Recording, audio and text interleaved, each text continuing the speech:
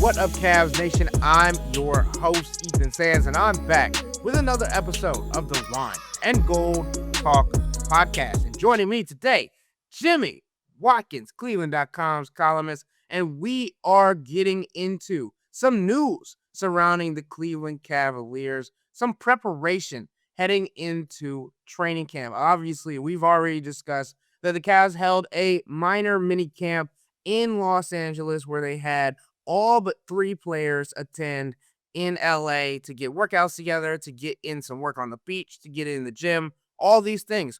Then we're now hearing that it's being reported that Donovan Mitchell led a New York mini camp where he had players come together. It seemed like every player that was available was in attendance at this pre-training camp, mini camp. Also, after that, Donovan Mitchell allowed Tyrese Proctor, Luke Travers, and Naquan Tomlin, 3 of the younger cats on this team, to come to his home and work out with him, get in a little bit of a gym session in when it comes to on-field workouts and all of these things rather than being on the court itself, to try and show them how important he thinks they're going to be for this coming season, 1, and 2, just the work ethic that is required to get to the next level, to get to the next stage of their career. And also, to me, just showcasing that Donovan Mitchell does not think that any player is more important than another, and trying to showcase that to the NBA, to the Cavs,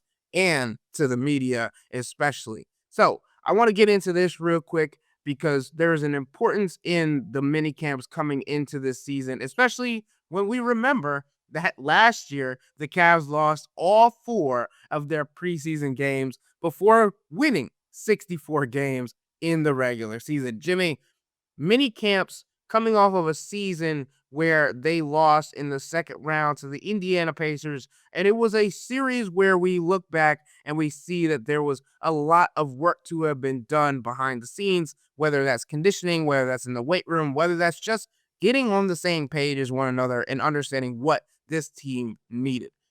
For this Cavs team to have had 2 mini camps, one in LA, one in New York, what does that mean to you? How important do you think that is? And does that stick out to you? Because we weren't hearing these kind of things last year. There might have been 1, but 2 might be a little bit extra. I think this is kind of standard good superstar operating procedure. Even if we don't always hear about this stuff, guys are getting together during the offseason, even if it's for competitive pickup runs. I don't know what a mini camp really looks like in this regard with Donovan having guys. I would assume it's something like an open gym run, which is still good. Every live rep counts. But I think that it's a good leadership move on Donovan's part.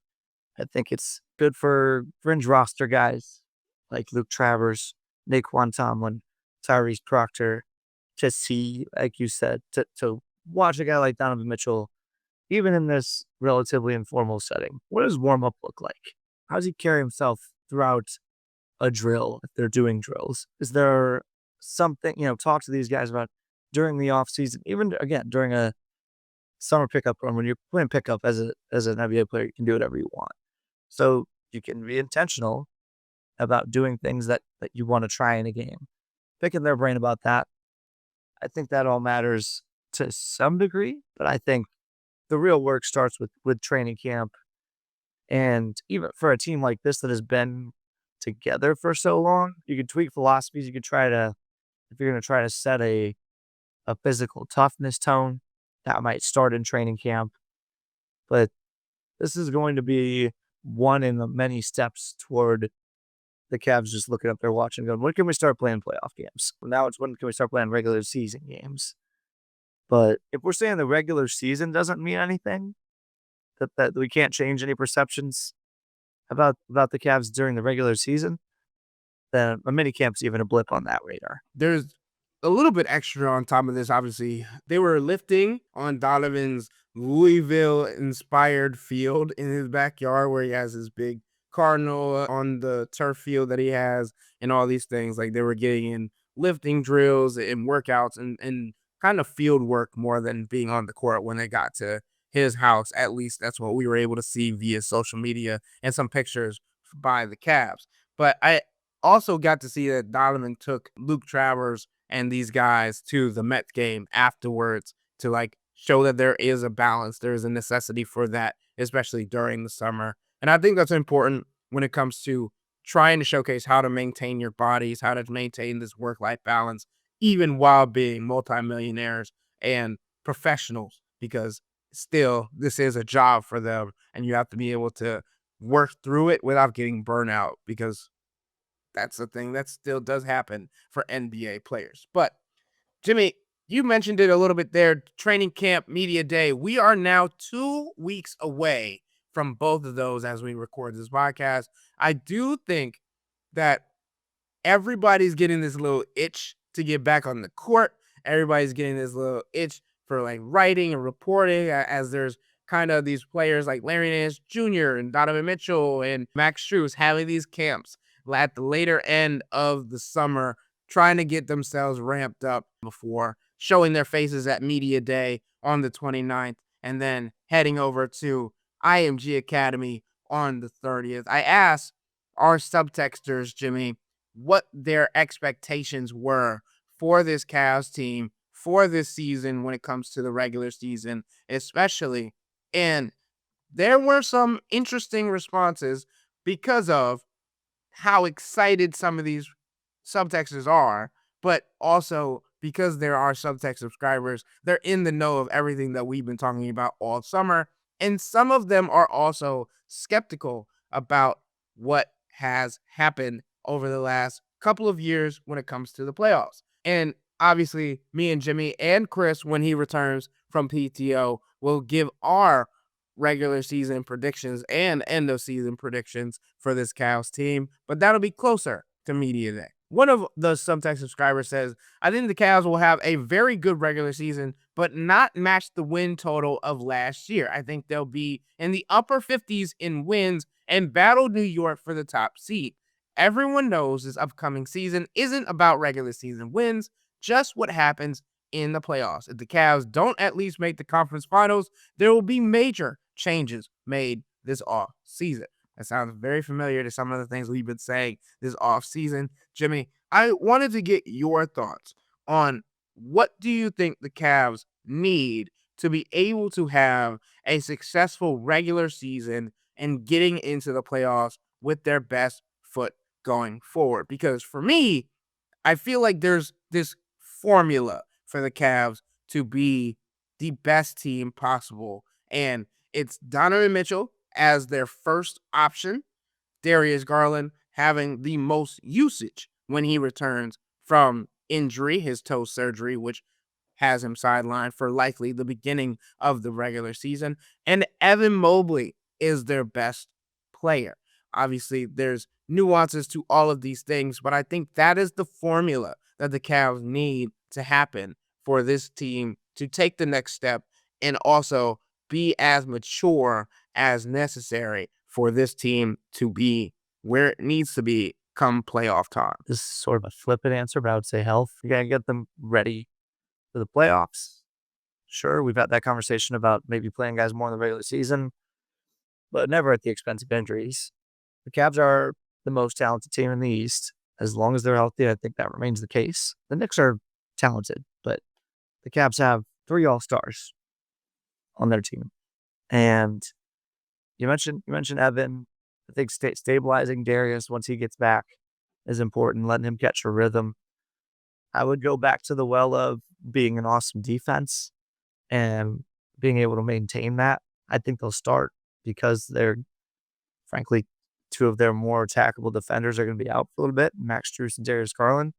I think they'll start pretty well on that end, maintaining that identity and that energy when Darius and Max come back. That will be something to watch. Another point that we've been talking about that I think is important for this team is integration of DeAndre Hunter into everything you do. He is, after the core 4, probably the most important player on this team.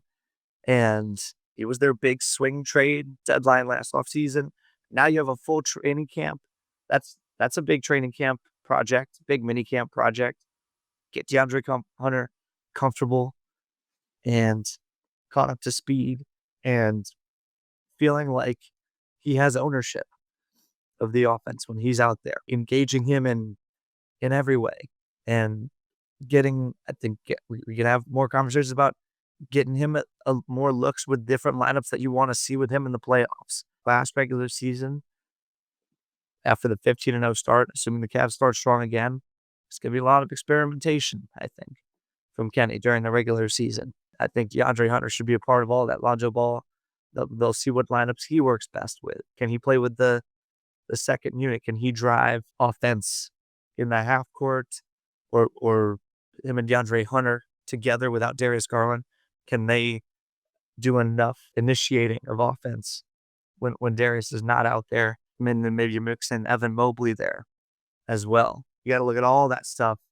But I do think the number one thing is health, because as much as you want to say that the NBA is a sport where, 7-game series, the best team wins more of the time, we know how often the healthier team wins as well. So, Jimmy, what do you think about this formula that Darius needs to be the number one usage rate player for when he returns from injury? Donovan needs to be the top option for the Cavs when it comes to clutch time, and Evan Mobley has to be their best player overall. And obviously, last season, they were kind of close to this. Donovan led the team in usage. He was 29.8 usage percentage. Darius Garland had a 26.5 usage percentage in the regular season, and Evan Mobley had a 22.6 usage percentage. I would want that to increase this coming season. But Jimmy, what do you think about this formula? Do you think that there is a perfect formula for the Cavs to have success? I don't know about numbers. I know that when the Cavs were rolling last year,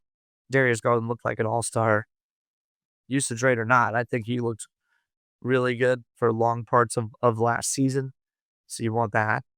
If that means sure. If you want to intentionally give him more reps when he comes back, I think that makes sense to get him feeling comfortable, and then it stabilizes over time. Donovan is just naturally going to do a lot, and it's going to, to start the season in particular, I think that'll be a tricky thing for him to throttle down once guys get back, because he's going to look good doing it. Here's a thought for you. Donovan finished 5th in MVP voting last year.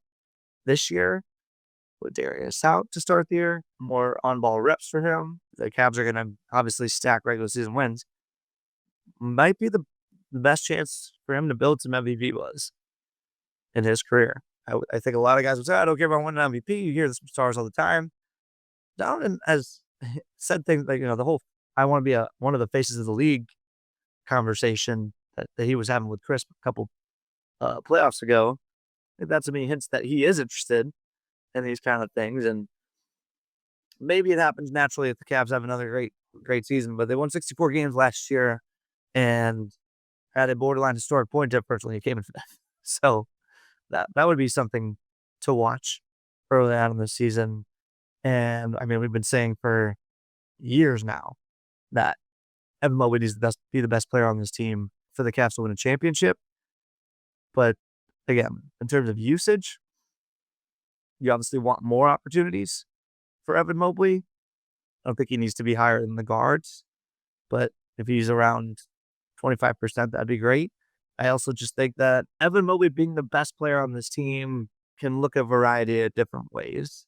It can be if Evan Mobley is more efficient with the same amount of touches, that could result in, a higher share of the scoring load, right?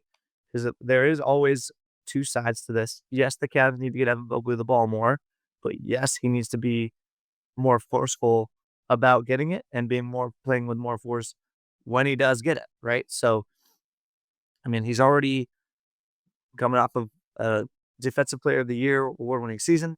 Evan Mobley taking a leap in force, a slight leap as a player, could mean Evan Mobley averages 13 rebounds a game for the first time in his career. I think a lot of Cavs fans would be encouraged by that. There's a lot of different ways to skin this cat. I don't think that it necessarily needs to look a certain way on paper.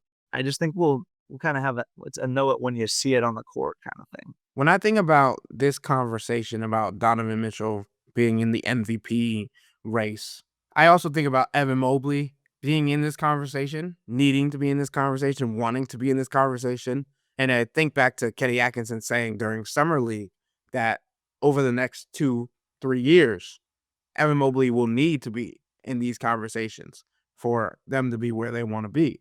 And I know 24-year-old Evan Mobley now entering his 5th year in the NBA, he has already earned a singular MVP vote last year, right?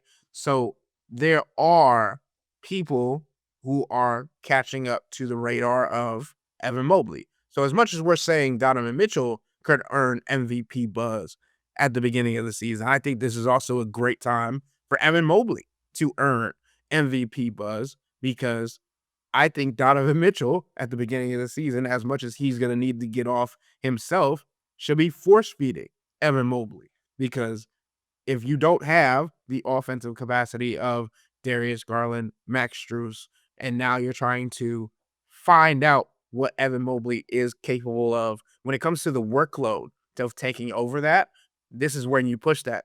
You push that nozzle all the way up, because you're trying to figure out where he is mentally when you talk about the assertiveness, the aggressiveness that we've been talking about for Evan Mobley. Because if he gets the ball at the top of the key, we've talked about this summer, Jimmy. Let him go. let him attack the basket. Let him figure out what dribble moves he wants to get into. And sure, we don't necessarily want him turning into a guard and trying to go one-on-one in every given scenario. But at the beginning of this season, where the area that they're going to be lacking is offense, and you've been begging this player to increase his offensive production, well, if he can average 30 points over the first 30 games of the season, that's an ideal thing for this team. When you talk about how he gets into the offense, when you talk about the confidence that would grow, and how that doesn't necessarily affect him when these other players get back, because they should still be trying to get in the ball. And Darius Garland is going to do that and push the narrative forward. I just think it's important for us to, when we say best player on the team, that's what that means. MVP conversations, right? And that's what that means for between Donovan and Evan. Maybe they end up taking votes from each other. That would be the ideal situation, not for them, but for the Cavs as a franchise going into this season. I would also say the Cavs' playoff track record, all the things they can't prove in the regular season this year, right? We're having that conversation a lot this summer. I think that makes it really hard for them to crack a serious MVP conversation. Evan Mobley makes a super leap and is scoring 25-30 a game. All right, I'm open to revisit this conversation. If he starts looking like Giannis, or his numbers start looking like Giannis's. I mean, the baseline is best year of his career last year, 18.5 points a game, 12.8 field goal attempts. Like, that would be a massive shift for him. A massive jump up. And I thought last year was a massive jump up for him. When Kenny says he should be in the top 5 of the MVP conversation, well, I always kind of roll my eyes when during the season we say, oh, this guy has to be in the MVP conversation. What does that mean? Is he going to win the award? No? Then what kind of conversation are we having? If we're stumbling for someone to be 5th or 6th in MVP, I sometimes feel like we're wasting our breath. It would be great. I mean, Evan Mobley, looking at Basketball Reference, he has technically finished 10th or potentially tied for 10th on the ballot last year. That's great. And I'm sure you want Evan Mobley to get better, and maybe that results in him climbing higher on the ballot.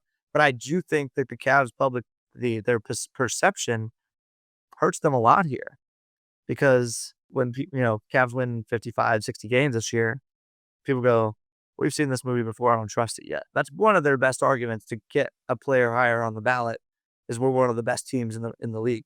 And if people see that and don't actually believe that you're one of the best teams in the league, I just feel like the barrier for entry for these guys to crack the ballot is really high. It's going to be hard. It's going to be hard for those conversations to happen. But I do Evan Mobley can become the kind of player that Kenny Atkinson wants him to be, without necessarily getting the MVP buzz.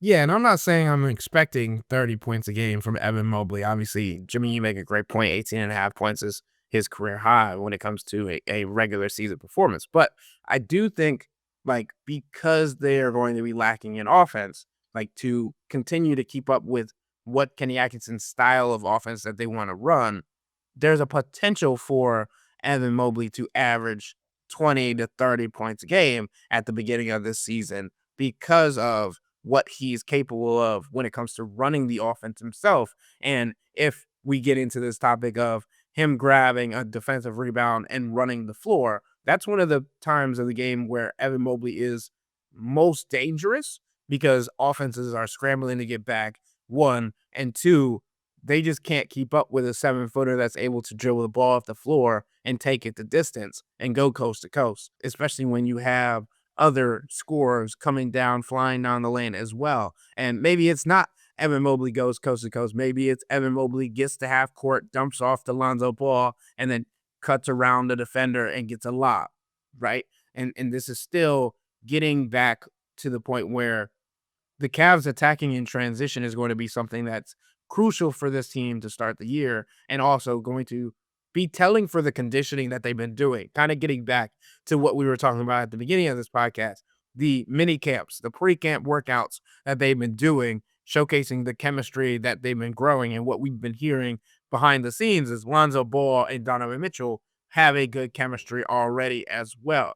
Plus, just the fact that the team itself is looking good going into training camp aside from the players that are injured. When I said earlier that there were only a couple players that were not in attendance, it was the players that are injured and could not participate, right? So I think that's the most important part of what the learning part of last season's playoff was, the Indiana Pacers series, understanding that they were outpaced, outmuscled, outran, and they cannot allow that to happen again in any series. And so maybe that's partially why Donovan Mitchell's been in these runs with his high school, college prospects, try to get up and down the court with players that seemingly have no burnout, have no end to their meter.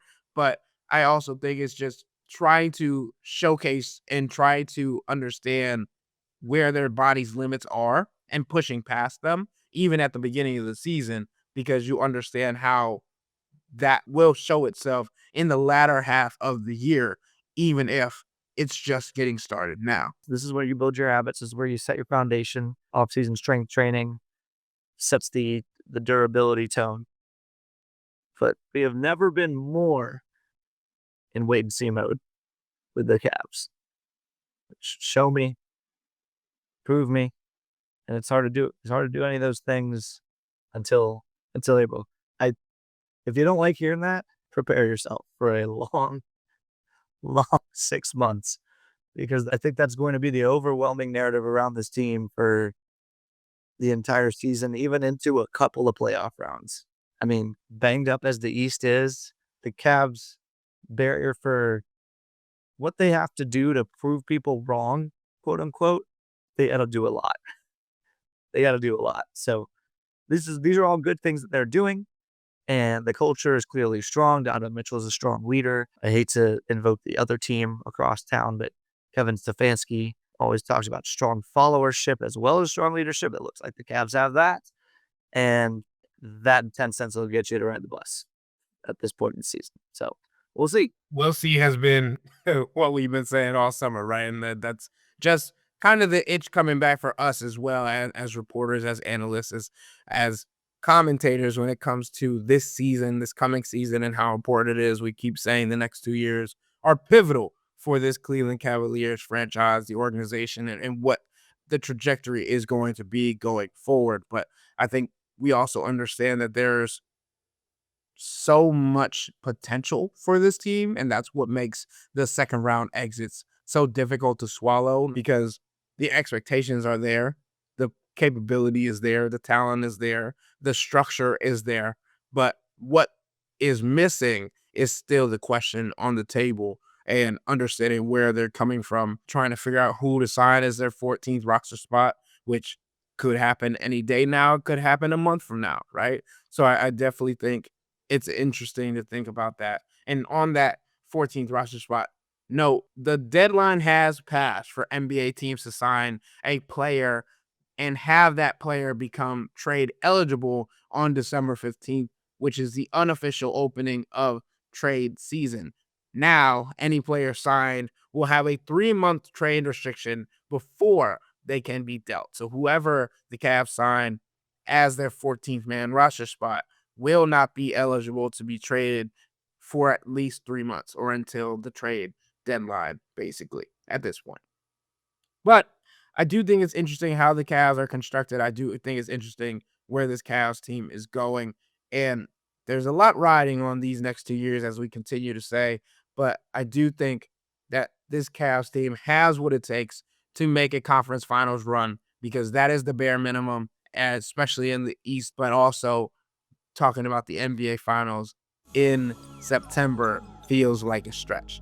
So we'll have to keep going and figure out what happens there. With all that being said, that'll wrap up today's episode of the Wine and Gold Talk podcast. But remember to become a Cavs insider and interact with Chris, me, and Jimmy by subscribing to Subtext. This is where you can send in your questions for our weekly Hey Chris episodes, and we will answer all Subtext questions even if Chris is not on the show. So sign up for a 14-day free trial or visit cleveland.com/Cavs and click on the blue bar at the top of the page. If you don't like it, that's fine. All you have to do is text the word STOP. It's easy, but we can tell you that the people who sign up stick around, because this is the best way to get insider coverage on the Cavs from me, Chris, and Jimmy. This isn't just our podcast, it's your podcast, and the only way to have your voice heard is through Subtext. Y'all be safe.